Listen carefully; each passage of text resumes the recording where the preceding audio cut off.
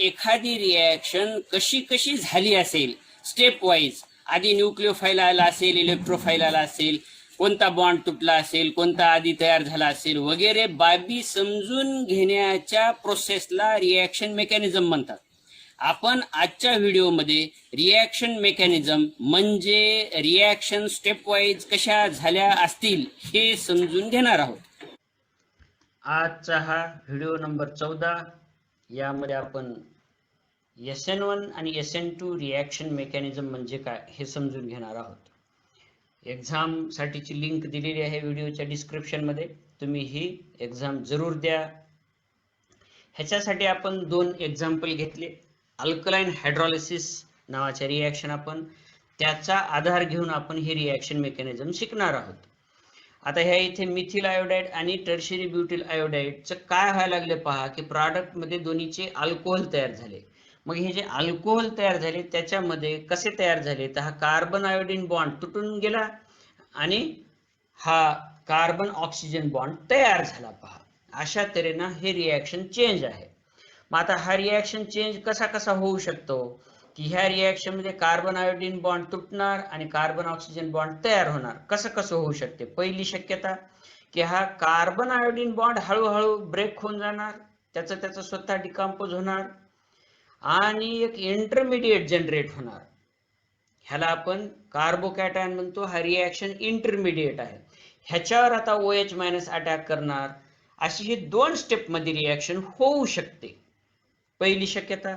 दुसरी शक्यता काय आहे, की हा कार्बन आयोडीनचा बॉन्ड, लक्ष द्या आता ह्या कंपाऊंड कडे, कार्बन आयोडीनचा बॉन्ड आता तुटणार आणि त्याच वेळी at the same time simultaneously carbon oxygen bond पण तयार होणार. मग ह्या 2 शक्यतापैकी कोणती शक्यता आहे ते पाहू आपण, की ह्या मिथिल आयोडाइडच्या किंवा मिथिल हलाइडच्या अल्कलाइन हायड्रॉलिसिस मध्ये ह्या दोन्हीपैकी कोणतं काय स्टेप होते ते. आता मग काय केलं आपण, एका बीकर मध्ये मिथिल आयोडाइड घ्या, एका बीकर मध्ये ॲक्वियस KOH घ्या, दोन्हीचे 5-5 मॉलिक्यूल घेतले आपण, ह्याची रिॲक्शन केली. काय दिसलं, प्रॉडक्ट 2 मॉलिक्यूल प्रत्येक मिनिटाला तयार व्हायला लागले. ह्याला rate of formation of methanol म्हणायचं. आपण हे रेट लिहून ठेवला. 5-5 मॉलिक्यूल होते तर 2 मॉलिक्यूल प्रत्येक मिनिटाला प्रॉडक्टचे तयार झाले. आता हे मॉलिक्यूलची संख्या वाढवली, ह्या इथे वाढवली पहा, मिथिल आयोडाइडची संख्या वाढवली ना, आता रेट पाहिला तर रेट सुद्धा वाढला, 4 मॉलिक्यूल झाले. हे प्रत्यक्ष लॅबोरेटरी मध्ये असं करून पाहतात रिॲक्शन. मग आता ह्या इथे आपण 2 मॉलिक्यूल घेतले, कमी केले मॉलिक्यूलची संख्या, म्हणजे कॉन्सन्ट्रेशन. मॉलिक्यूलची संख्या एका लिटर मध्ये सांगणं म्हणजेच कॉन्सन्ट्रेशन सांगणं. या मॉलिक्यूलची संख्या कमी केली, कॉन्सन्ट्रेशन कमी केलं, तर पहा रिॲक्शनचा रेट सुद्धा कमी झाला. पहा, ठीक आहे. मग ह्याच्यावरून आपण कन्क्लुजन काढलं की मिथिल आयोडाइडच्या कॉन्सन्ट्रेशन बदलले असता रेट ऑफ रिॲक्शन बदलतो. ठीक आहे. KOH बद्दल पाहू आपण. KOH ची संख्या वाढवली. आता हे दोन्हीचे 5-5 होते, त्यावेळेस 2 मॉलिक्यूल होत होते तयार. आता आपण ह्याची संख्या वाढवली, रेट ऑफ रिॲक्शन बघितला तर अरे वा, इथे सुद्धा रेट ऑफ रिॲक्शन वाढला. मग आपण जनरल स्टेटमेंट तयार केलं की rate of reaction is depend on concentration of both the reactant. आणि लिहिणार कसं आपण, हे असं लिहिणार, ह्याला कायनेटिक्स ऑफ द रिॲक्शन असे हेडिंग टाकून लिहायचं, अर्धा मार्क मिळते तुम्हाला. काय सांगते, rate of reaction is directly proportional to, असं स्क्वेअर ब्रॅकेट मध्ये लिहिलं की concentration of OH ions and alkyl halide and concentration of OH ions, किंवा रिएजंट इथे KOH लिहिलं तरी चालते, इथे मिथिल आयोडाइड लिहिलं तरी चालते. असं का झालं असेल बाबा, असं दोन्हीचे कॉन्सन्ट्रेशनवर रेट का डिपेंड असेल ते समजून घेऊ. हा मिथिल क्लोराइड आहे आणि हा न्यूक्लिओफाईल आहे. ह्या न्यूक्लिओफाईलने आता ह्या क्लोरीनच्या साईडने अटॅक करण्याचा प्रयत्न केला. क्लोरीनच्या साईडला, हॅलोजन साईडला आपण फ्रंट साईड म्हणणार. मग आता अटॅक करण्याचा प्रयत्न केला तर हा अटॅक होईल का, तर नाही होणार. का होणार नाही, आता पहा, क्लोरीनवर negative charge due to electronegativity difference आणि न्यूक्लिओफाईलवर निगेटिव्ह चार्ज. मग हा अटॅक होत नाही. का बरं, कारण ह्या दोन्ही निगेटिव्ह चार्ज मध्ये रिपल्शन होते आणि म्हणून हे फ्रंट साइड अटॅक काही शक्य होणार नाही. आता बॅक साईडने अटॅक होईल का बाबा? तर येस, बॅक साईडने अटॅक होईल. इथे जागा पण आहे अटॅक करायला, ह्या इथून असा अटॅक होईल. मग आपल्याला बोर्डाच्या परीक्षेमध्ये 2 मार्कासाठी प्रश्न विचारतात. Short note explain back side attack. तर तुम्हाला हे सांगायचं आहे की कार्बन हॅलोजनचा बॉन्ड हा पोलार असतो. कशामुळे? तर इलेक्ट्रोनेगेटिव्हिटी डिफरन्समुळे, आणि त्याच्यामुळे हॅलोजनवर निगेटिव्ह चार्ज येतो, म्हणून फ्रंट साइड अटॅक म्हणजे attack from the side of हा हॅलोजन शक्य होत नाही, आणि म्हणून अटॅक हा न्यूक्लियोफाईल बॅक साइडने करतो. हे तुम्ही व्हिडिओ पॉज करून लिहून घ्या. आता मग हे बॅक साइडने अटॅक झाला, हे बघा, हा असा बॅक साइडने अटॅक केला न्यूक्लियोफाईलने, आणि त्याच्यानंतर हा अटॅक काय एकदम फास्ट होत नाही, स्लो, हळूहळू त्याच्यावर अटॅक करेल. म्हणून ही स्टेप स्लो आहे, आणि म्हणून ह्या स्टेपला रेट डिटर्मिनिंग स्टेप, म्हणजे ज्याच्यावर रिॲक्शनचा पूर्ण रिॲक्शनचा रेट अवलंबून आहे, अशी स्टेप आहे ही. मग आता काय होईल की हा ऑक्सिजन त्याच्या जवळ जाईल आणि कार्बनला म्हणेल आपण बॉन्ड बनवू. त्याच वेळेस कार्बन ब्रोमिनला म्हणेल आपण बॉन्ड आता तोडून टाकू. मग ही सायमल्टेनियस प्रोसिजर आहे की एका साईडने कार्बन ऑक्सिजन बॉन्ड आता तयार व्हायला लागलाय आणि एका साईडने कार्बन ब्रोमिन बॉन्ड तुटायला लागलाय. ही अशी स्टेज आहे की धड हे प्रॉडक्टही नाही, धड रिॲक्टंटही नाही, ज्या स्टेजमध्ये कार्बन 5-5 ॲटम्सला बॉन्ड बनवलाय, आणि ह्या स्टेजला आपण ट्रान्झिशन स्टेट असं म्हणतो.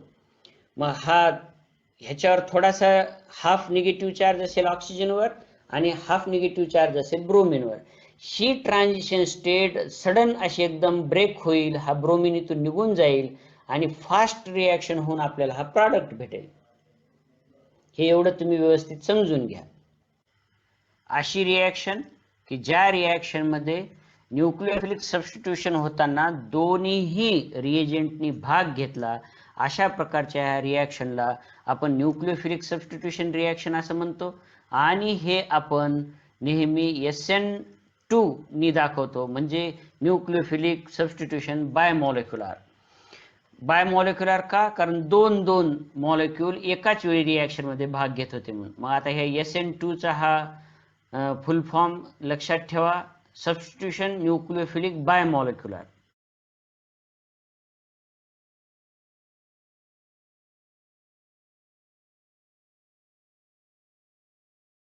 आता आपण दुसऱ्या एक्झाम्पल कडे जाऊ की टर्शियरी ब्युटिल आयोडाईड घेतला आणि KOH घेतला, दोन्हीचे 5-5 मॉलिक्यूल घेतले, रेट ऑफ रिॲक्शन पाहिला की फॉर्मेशन ऑफ अल्कोहोल किती पटपट व्हायला लागले, तर 2 मॉलिक्यूल प्रति मिनिटाला. ठीक आहे. आता आपण बदललं कॉन्सन्ट्रेशन, इथे वाढवलं पहा कॉन्सन्ट्रेशन टर्शियरी ब्युटिलचं, इथे 4 मॉलिक्यूल तयार झाले. ठीक आहे. आता कॉन्सन्ट्रेशन कमी केलं पहा, तर ह्या इथे रेट कमी झाला, म्हणजे rate of reaction is depend on tertiary butyl iodide. आता आपण हे KOH चं कॉन्सन्ट्रेशन वाढवून वाढवलं पहा. हे 5-5 असताना काय होतं, रेट ऑफ रिॲक्शन 2 मॉलिक्यूल होता. आता आपण हे कॉन्सन्ट्रेशन वाढवलं तर पहा काय झालं, तर 2च मॉलिक्यूल राहिले. म्हणजे KOH च्या कॉन्सन्ट्रेशन मध्ये बदल केला तरीही रेट ऑफ रिॲक्शन बदलला नाही. मग आपण असं लिहिणार की rate of reaction is depend only on concentration of tertiary butyl iodide. फक्त एकाच, त्याला आपण सबस्ट्रेट म्हणतो, सबस्ट्रेटवरच रेट ऑफ रिॲक्शन डिपेंड आहे ह्या रिॲक्शनचा. ह्याच्या पूर्वीच्या रिॲक्शनचा दोन्ही रिएजंटवर आणि सबस्ट्रेटवर होता. मग हेच कसं लिहिणार आपण, kinetics, rate of reaction is directly proportional to concentration of alkyl halide only. असं हे का झालं असेल हे समजून घेऊ आपण. की ह्या इथे फ्रंट साइड अटॅक तर शक्य नाही, आपण शिकलो. आता ह्या इथे बॅक साइड अटॅक पण शक्य नाही. का शक्य नाही? कारण हे खूप मोठे मोठे बल्की ग्रुप आहेत, असे जाड ग्रुप आहेत, म्हणून पाठीमागून अटॅक करायला ह्या OH- ला चान्स नाही कार्बनवर. कार्बन लपून बसलेला आहे. मग आता काय होईल, रिॲक्शन होणार नाही का? तर रिॲक्शन होईल. रिॲक्शन कंडिशन मध्ये आता हा कार्बन हॅलोजन बॉन्ड हळूहळू डिकम्पोज व्हायला सुरुवात होईल, आणि ही झाली पहिली ट्रान्झिशन स्टेट. आता ह्या ट्रान्झिशन स्टेटमध्ये कार्बन ब्रोमिनचा बॉन्ड धड तुटलेला नाही आणि धड फॉर्मही झालेला नाही, अर्धवट परिस्थिती आहे. मग त्याच्यानंतर हे धडकन एकदाच बॉन्ड तुटून जाईल आणि हा कार्बोकॅटायन भेटेल आपल्याला, प्लेनर कार्बोकॅटायन. मग ह्या प्लेनर कार्बोकॅटायनला दोन्हीही साईडनी हा OH मायनस अटॅक करू शकतो. कोणत्या? हा टर्शरी कार्बोकॅटायन तयार झाला आपल्या ह्या एक्झाम्पलमध्ये. एक तर ह्या पहिल्या साईडनी आणि दुसऱ्या साईडनी, दोन्हीही साईडनी हा कार्बोकॅटायन ह्याच्यावर अटॅक करू शकतो आणि मग प्रॉडक्ट तयार होतील. जर एका साईडने अटॅक झाला तर हा असा, म्हणजे ज्या साईडने ब्रोमिन निघून गेला आता त्याच साईडने अटॅक झाला तर, आणि जर अपोजिट साईडने अटॅक झाला तर हा असा प्रॉडक्ट तयार होईल. ही सुद्धा ट्रान्झिशन स्टेट आहे. पहा आता अटॅक झालाय, पहिली ट्रान्झिशन स्टेट की जिथे बॉन्ड आता डिकम्पोज झाला होता, हा कार्बन ब्रोमिन बॉन्ड डिकम्पोज होऊ लागला होता हा. आता ह्या इथे पहा की कार्बन ऑक्सिजन बॉन्ड आता जस्ट तयार व्हायला लागलाय. मग ही धड बॉन्ड तयार झाला नसेल अशी ही इंटरमिडिएट स्टेज, ह्याला ट्रान्झिशन स्टेट नंबर 2 म्हणू आपण. आणि हे फास्ट असा ब्रेक होईल, बॉन्ड तयार होईल आता, आणि आपल्याला हा असा प्रॉडक्ट भेटेल. पहा आता आपण ह्या टर्शरी ब्युटिल ब्रोमाइडचं किंवा हॅलाइडचं अल्कलाइन हायड्रॉलिसिस कसं कसं झालं असेल हे आपण ॲनिमेशनद्वारे पाहू. आधी हा मॉलिक्यूल तुम्ही समजून घ्या की हा मॉलिक्यूल असा आहे की ज्याला हे 3 असे मिथिल ग्रुप जोडलेत. पहा हे 3 व्हाईट कलरने दिसायला लागलेले. हा पिवळ्या कलरचा सेंट्रल कार्बन ॲटम आहे, लाल कलरचा ह्या चित्रामध्ये हॅलोजन ॲटम आहे, आपण ब्रोमिन म्हणू त्याला. तर हे मोठे मोठे असे बल्की ग्रुप इथे जोडलेले दिसायला लागले. तर टर्शरी ब्युटिल हलाइड मॉलिक्यूल. आता ह्या टर्शरी ब्युटिल हलाइड मॉलिक्यूलचं चित्र हे जे पाहिलं ॲक्च्युअली असं चित्र नसते. हे काय बॉन्ड म्हणजे असे मध्ये खूप लांब लांब अशा रेषा नसतात. आता हे ॲटम, हे सर्व ॲटम एकमेकांमध्ये असे मर्ज होऊन जातात. मग हे ॲक्च्युअली ह्याचं चित्र ॲक्च्युअल असं दिसते. तर ह्याच्यामध्ये पहा हे पांढऱ्या कलरचे मिथिल ग्रुप आहेत, पिवळ्या कलरचा मधला कार्बन दिसायला लागलाय का? आता ह्या पिवळ्या कलरच्या कार्बनवर अटॅक कसा शक्य आहे सांगा बरं तुम्ही, हे बल्की ग्रुप असल्यामुळे. अशा प्रकारच्या ह्याला आपण स्टेरिक हिंड्रन्स असं म्हणतो. पहा बल्की ग्रुपमुळे अटॅक शक्य नसेल तर त्याला स्टेरिक हिंड्रन्स म्हणायचा. मग आपण काय करू आता की ह्या इथे नेमकं काय होते ते पाहू. मग काय होणार की अटॅक शक्य होणार नाही, हा मॉलिक्यूल स्वतःच रिॲक्ट होणार रिॲक्शन कंडिशन मध्ये, आणि हा जो कार्बन हॅलोजन बॉन्ड आहे तो हळूहळू डिकम्पोज होणार आणि आपल्याला दिसायला लागले की हा बॉन्ड हळूहळू तुटून जाणार आणि आपल्याला मग असा स्टेबल कार्बोकॅटायन भेटणार. पहा हा स्टेबल टर्शरी कार्बोकॅटायन भेटला. हा प्लेनर असतो, म्हणजे हा चपटा असतो. हे मिथिल ग्रुप, हा पिवळा कार्बन ज्याच्यावर पॉझिटिव्ह चार्ज आहे, आणि हे असं हे चपट स्ट्रक्चर तयार होते. पहा प्लेनर कार्बोकॅटायन. अजून एकदा पाहू आपण हे प्लेनर म्हणजे कसं ते एक्झॅक्टली. हे पहा हे अशा पद्धतीनं. आता पहा ह्या प्लेनर मध्ये चित्र दिसायला लागले की येलो कलरनी जेवढं दिसायला लागला पार्ट तेवढा कार्बन आता एक्सपोज झाला, उघडा पडला. आता ह्याच्यावर आता अटॅक होऊ शकतो. हे प्लेनर म्हणजे पहा असं समजून घ्या, हे प्लेनर आहे की ज्याच्यावर आता बोथ साइडनी अटॅक शक्य होऊ शकतो. आपण ह्या इथे फ्रंट साइडनी आणि बॅक साइडनी दोन्ही साइडनी अटॅक करू शकतो. मग प्लेनर कार्बोकॅटायन अटॅक होणार, एकटाच तो रिॲक्ट झाला होता, म्हणून आपण अशा प्रकारच्या ह्याला SN1 रिॲक्शन म्हणतो की ज्याच्यामध्ये rate of reaction is depend only on concentration of substrate only, आणि मग ह्याला आपण SN1 लिहितो. मग आता तुम्ही स्वतः नोट्स काढत आहात तर तुम्ही हे SN1 चा, आपण जसं SN2 चा अर्थ लिहिला तसा लिहा की S म्हणजे काय, N म्हणजे काय. 1 म्हणजे एकटाच मॉलिक्यूल होता म्हणून त्याला आपण युनिमॉलिक्युलर. हे 2 कंपाऊंड ऑप्टिकली ऍक्टिव्ह कंपाऊंड आहेत, आणि मग अशा कंपाऊंडची जर न्यूक्लियोफिलिक सबस्टिट्यूशन रिॲक्शन झाली तर त्याच्या कॉन्फिगरेशनचं काय होते ते सांगण्याला आपण स्टेरिओ केमिस्ट्री म्हणतो. मग आपल्याला स्टेरिओ केमिस्ट्री शिकायची SN1 आणि SN2 रिॲक्शनची. पहिल्या कंपाऊंडकडे व्यवस्थित लक्ष देऊन पहा. ह्या कार्बनला जे 4 वेगवेगळे ग्रुप जोडले ते छोटे छोटे आहेत ग्रुप्स आणि ॲटम्स, म्हणून हा जो न्यूक्लियोफाईल आहे तो ह्या कार्बनवर बॅक साईडने अटॅक करू शकतो, आणि जिथे बॅक साईडने अटॅक तिथे ट्रान्झिशन स्टेट तयार होते, इंटरमिडिएट 5-5 ॲटम्स किंवा ग्रुप्स कार्बनला जोडलेले, आणि हे SN2 रिॲक्शन मेकॅनिझम आहे. मग आता ह्या दुसऱ्या कंपाऊंडकडे या की बल्की ग्रुप जोडलेले दिसायला लागलेत सेंट्रल कार्बनला. मग आता ह्या इथे SN1 रिॲक्शन होण्याची शक्यता जास्त, किंवा हा SN1 रिॲक्शननी रिॲक्ट होईल. मग आता इथे ह्याची स्टेरिओ केमिस्ट्री म्हणजे काय, की ह्या 4 ग्रुपचं एकमेकांमध्ये जे रिलेशन होतं ते प्रॉडक्टमध्ये कसं राहील ते शिकणं म्हणजे स्टेरिओ केमिस्ट्री शिकणं. मग आपण एक एक एक्झाम्पल घेऊ, की हा SN2 रिॲक्शननी रिॲक्ट होणारा एक ऑप्टिकली ऍक्टिव्ह कंपाऊंड जर असेल तर त्याची पहिल्यांदा रिॲक्शन होऊन न्यूक्लिओफाईलचा बॅकसाइड अटॅक ही ट्रान्झिशन स्टेट तयार होईल, आणि ही ट्रान्झिशन स्टेट एकदम कोलॅप्स होईल फास्ट, आणि आपल्याला हा प्रॉडक्ट भेटेल. आता तुम्ही प्रॉडक्ट आणि रिॲक्टंट दोन्हीही व्यवस्थित पहा. ह्या रिॲक्टंटचं आणि प्रॉडक्टचं रिलेशन जर पाहिलं तर हे एकमेकाच्या एकदम अपोजिट दिसायला लागलेत. पहा, उलट झाले. ह्या साईडनी हे तिन्ही ग्रुप होते, ह्या तर ह्या इथे हे नंबर टाकलेले 2 3 4 अपोजिट साईडला गेले. असं अपोजिट होणं, पलटी मारणं, त्याला आपण वॉल्डन इन्व्हर्जन असं म्हणतो. पहा, ह्याला म्हणायचं इन्व्हर्जन ऑफ कॉन्फिगरेशन झालं. जर हे ऑप्टिकली ऍक्टिव्ह कंपाऊंड असतील, कोणताही optically active compound SN2 reaction मेकॅनिझमने रिॲक्ट होत असेल तर त्याला आपण इन्व्हर्जन ऑफ कॉन्फिगरेशन म्हणतो, त्याला वॉल्डन इन्व्हर्जन म्हणतात. आता ह्या इथे लक्षात घ्या की जर हा पहिला कंपाऊंड जर पहिला कंपाऊंड डेक्स्ट्रो रोटेटरी असता तर रिॲक्शन झाल्यावर जो प्रॉडक्ट भेटणार आहे तो प्रॉडक्ट हा लिओ रोटेटरी असता. पहा, असं डेक्स्ट्रो रोटेटरी कंपाऊंडचं conversion laevo rotatory optically active compound मध्ये ह्या SN2 रिॲक्शन मेकॅनिझम मध्ये होते. हा एक प्रूफ आहे आपल्या मेकॅनिझमला. आता हे SN1 मध्ये काय होईल तर आपण पाहिलं की SN1 मध्ये front side back side attack काही शक्य होत नाही अशा मॉलिक्यूल मध्ये बल्की ग्रुप असल्यामुळे, आणि म्हणून हे असा स्टेबल प्लेनर कार्बोकॅटायन तयार होतो.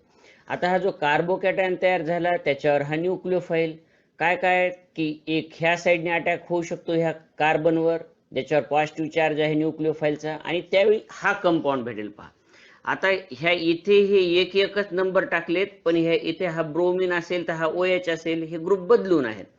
मग आता ह्या इथे पहा की दोन्हीही सारखेच कंपाऊंड तयार झाले इथे. म्हणजे ह्याचं कॉन्फिगरेशन जसं होतं 1 2 3 4 जसे एकमेकाच्या रिलेशन मध्ये जोडले होते तसेच ह्या इथे सुद्धा जोडलेले आहेत. दुसरी शक्यता काय की ह्या इथे असा जर अटॅक झाला तर आपल्याला हा कंपाऊंड भेटेल. ह्याच्यामध्ये कॉन्फिगरेशन उलट झाले. पहा, ह्या रिॲक्टंटच्या उलट कॉन्फिगरेशन ह्या इथे आहे, म्हणजे ह्या इथे इन्व्हर्जन झालं.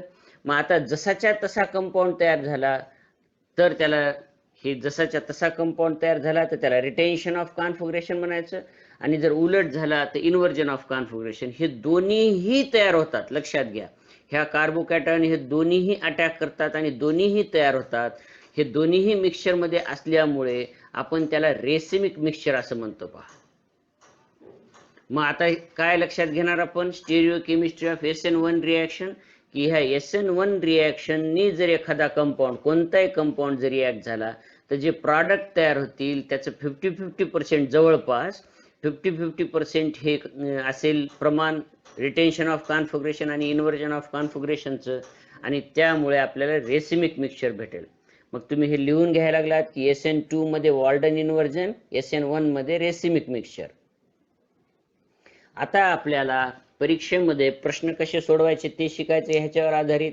मग सुरुवातीला तुम्हाला काही कंपाऊंड दिले आणि सांगितलं की हे कोणत्या रिॲक्शन मेकॅनिझमनी रिॲक्ट होतील ते कम्पेअर करा, किंवा एवढ्यापैकी कोणता कोणत्या ह्याच्याने होईल सांगा. त्यासाठी सगळ्यात सोपी मेथड की तुम्ही ह्याच्यापासून कोणते कार्बोकॅटायन्स तयार होतात ते आधी पाहायचं. पहा, मग आपण ह्याचे कार्बोकॅटायन्स काय तयार होतात ते पाहूया. की पहिल्यापासून हा प्रायमरी कार्बोकॅटायन, हा सेकंडरी आणि हा टर्शरी कार्बोकॅटायन तयार झाला. जे कार्बोकॅटायन तयार केले त्याची आपण आता स्टॅबिलिटी पाहायची. मग स्टॅबिलिटी ऑर्डर काय आहे ह्या कार्बोकॅटायन्सची, की आपल्याला माहित आहे की टर्शरी सगळ्यात जास्त स्टेबल, त्याच्यानंतर सेकंडरी आणि त्याच्यानंतर प्रायमरी. मग लक्षात घ्या की जो जास्त स्टेबल कार्बोकॅटायन देतो तो SN1 मेकॅनिझमने रिॲक्ट होतो. सगळ्यात सोपं, प्रायमरी कार्बोकॅटायन जर तयार होत असेल तर तो SN2 रिॲक्शन मेकॅनिझमने रिॲक्ट होतो. मग आता ह्या इथे आपण पाहू की हा सगळ्यात जास्त स्टेबल कार्बोकॅटायन देणारा कंपाऊंड आहे, म्हणून हा SN1 ने रिॲक्ट होईल. तर पहिला कंपाऊंड हा प्रायमरी कार्बोकॅटायन देत होता, लिस्ट स्टेबल कार्बोकॅटायन, म्हणून तो SN2 ने रिॲक्ट होईल. आणि ह्याचं प्रमाण हे जास्त सेंटरच्या कंपाऊंड जो आहे जो सेकंडरी देतो तो खूप मोठ्या प्रमाणावर SN1नीच रिॲक्ट होतो. फार कमी वेळात तो SN2नी सुद्धा रिॲक्ट होऊ शकतो रिॲक्शन कंडिशन बदलल्या तर. मग आता आपल्याला कम्पेअर पण करता येते की हे ABC असे जर नाव दिले तर कंपॅरिझन. मग आपण पाहिलं की पहिला कंपाऊंड SN2नी रिॲक्ट होतो जास्त, ह्याचं फार कमी प्रमाण SN2नी रिॲक्ट होण्याचं सेकंडचं, आणि C कंपाऊंडचं SN2नी रिॲक्ट होण्याचं प्रमाण एकदम कमी. म्हणून हे SN1नी रिॲक्ट होण्याचं प्रमाण आणि हे SN2नी रिॲक्ट होण्याचं प्रमाण असं आपण ऑर्डर सुद्धा लावू शकतो. लक्षात घ्या की C कंपाऊंड SN2नी रिॲक्ट होण्याची शक्यताच नाही आणि A कंपाऊंड SN1नी रिॲक्ट होण्याची शक्यता नाही, म्हणून ही ऑर्डर सुद्धा आपण अशी लिहू शकतो. अजून आपल्याला वेगळे कंपाऊंड दिले आणि सांगितलं की तुम्ही हे SN1 SN2 कंपॅरिझन करा. तर पहिली स्टेप कार्बोकॅटायन तयार करा. हे तयार झालेले कार्बोकॅटायन ह्यांची स्टॅबिलिटी ऑर्डर पाहू आपण. हा सेकंडरी बेन्झिल आहे, हा टर्शरी ॲलिफॅटिक, हा प्रायमरी बेन्झिल आणि हा ऑलायलिक कार्बोकॅटायन आहे. ह्यांची स्टॅबिलिटी ऑर्डर जर पाहायची असेल तर हे सगळेच खूप स्टेबल असतात. पहा, सगळेच खूप स्टेबल, पण तरी त्याच्यामध्ये जर स्टॅबिलिटी ऑर्डर पाहायची असेल तर ही अशी स्टॅबिलिटी ऑर्डर आहे. सगळ्यात जास्त सेकंडरी बेन्झिल, त्याच्यानंतर टर्शरी कार्बोकॅटायन, मग प्रायमरी बेन्झिल आणि मग ऑलायलिक कार्बोकॅटायन. आणि मग अशी जर ही स्टॅबिलिटी ऑर्डर असेल, सगळेच खूप स्टेबल, पण ह्या खूप स्टेबल मध्ये आपण कंपॅरिझन केलं तर आपल्याला सांगता येते की हे सगळेजण SN1नी रिॲक्ट होतील. त्यातल्या त्यात SN1ची सुद्धा ऑर्डर जर सांगायची झाली तर ही अशी SN1ची ऑर्डर असेल. पहा,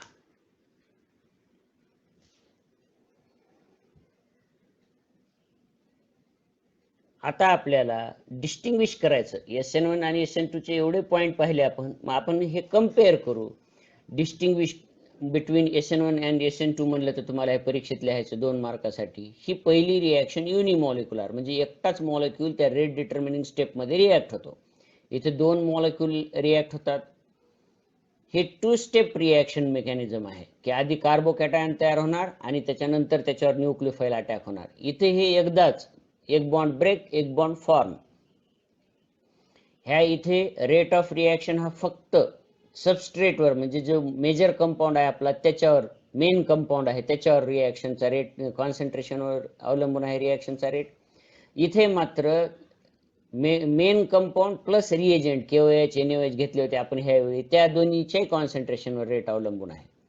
इथे कार्बोकॅटायन तयार होतो, इथे होत नाही. पहा, कारण ते सायमल्टेनियस अटॅक होतो आणि कार्बोकॅटायन तयार होण्याची शक्यताच नसते. ह्या इथे रेसिमिक मिक्सचर तयार होते, आपण स्टेरिओ केमिस्ट्री शिकलो. इथे इन्व्हर्जन ऑफ कॉन्फिगरेशन, त्यालाच आपण वॉल्डन इन्व्हर्जन म्हणतो. इकडे SN1 मध्ये protic solvent, polar protic solvent म्हणजे वॉटर, अल्कोहोल टाईपच्या सॉल्व्हंट मध्ये जर ह्या रिॲक्शन केल्या तर हे SN1 रिॲक्शन फेवरेबल कंडिशन आहे ती. आणि जर आपण नॉन प्रोटिक सॉल्व्हंट मध्ये रिॲक्शन केली म्हणजे बेन्झिन मध्ये वगैरे, तर ह्या अशा वेळी SN2 रिॲक्शन फेवरेबल आहे. आता compounds which gives more stable carbocation react with SN1 reaction mechanism आणि compounds which gives less stable carbocations react with SN2 mechanism. आपल्याला ओळखायचं असेल तर हे तुम्ही व्यवस्थित लिहून घ्या आणि तुम्हाला हे परीक्षेमध्ये सुद्धा 2 मार्कासाठी विचारू शकतात, तर ते तुम्हाला आलं पाहिजे. MCQ एक्झामची लिंक दिलेली आहे, तुम्ही त्या MCQ एक्झामच्या लिंकवर जाऊन परीक्षा देणं अत्यंत आवश्यक.